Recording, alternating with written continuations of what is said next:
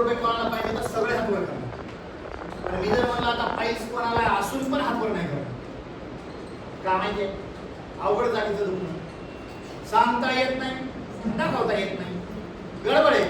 पण मित्रांनो, दुखणं कसंही असू द्या, 10 वर्षापासून रक्त पडत असेल, सूज आली असेल, आग पडत असेल, उठता बसता चालताना त्रास होत असेल, तुम्हाला मांडी घालून बसता येत नसेल, एवढंच नाही, टॉयलेटला जाताना जर तुम्हाला टेन्शन येत असेल की आज मला टॉयलेटला जायचंच नाही कारण इतका मरणोत्तर त्रास होतो, अशा माणसाला सुद्धा ही पावडर रोज सकाळी 1 चमचा कोमट पाण्यातून उपाशी पोटी आणि संध्याकाळी जेवणाच्या आधी 1 चमचा कोमट पाण्यातून जेवणाच्या आधी द्या.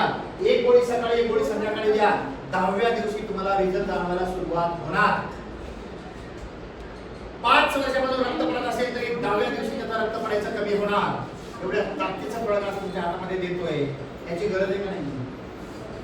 अरे आता मुळव्याध हा फक्त ह्या वयात नाही होत, शाळेत जाणाऱ्या चिल्लर पार्टीमध्ये पण आता, कारण मॅगी, बर्गर, पिझ्झा, ढोकळा, इकडा काय काय तुम्ही खाता नाही सगळं, पाणीपुरी, कमरे गुडघ्यात आपल्या मानेत हात बुडवलेली आणि त्याला असं घुसळून त्याच्यामध्ये घाम बीम टाकून एकदम टेस्टी बनवलेली, खाती का नाही खाती बाई?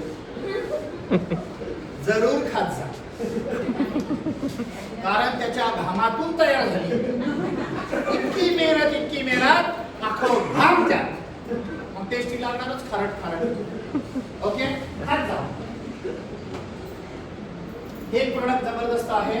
या प्रोडक्ट मध्ये पावडर जेवणाच्या आधी आणि गोळी जेवणाच्या नंतर असं तुम्हाला वापरायचं आहे.